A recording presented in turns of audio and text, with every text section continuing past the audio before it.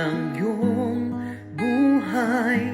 Mga panahong nalalabi sa'yo'y wala nang saysay, pagkat di mo malimot-limot ang iyong nakaraan.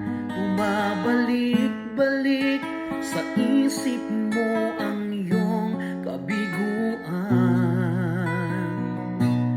Hahayaan mo na lamang bang gapusin ka ng kahapon, at di nagagawa ng paraan upang makaahon, pagkat sa'yo ang bukas ay wala ng pag-asa.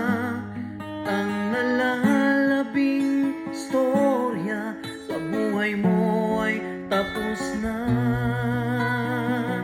Bakit di mo pagbigyan ang may kapal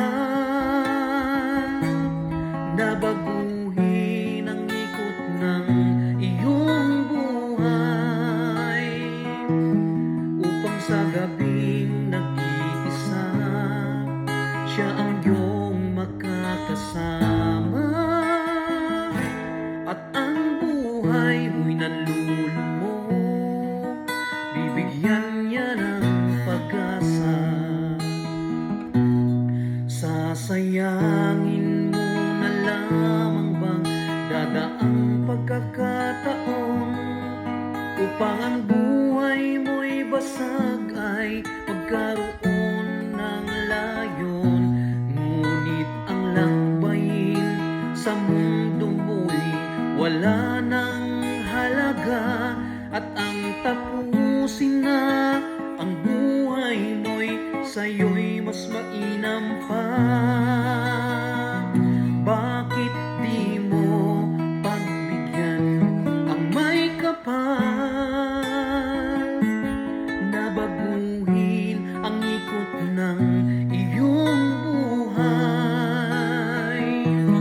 upang sa gabing nag-iisa siya ang iyong makakasama,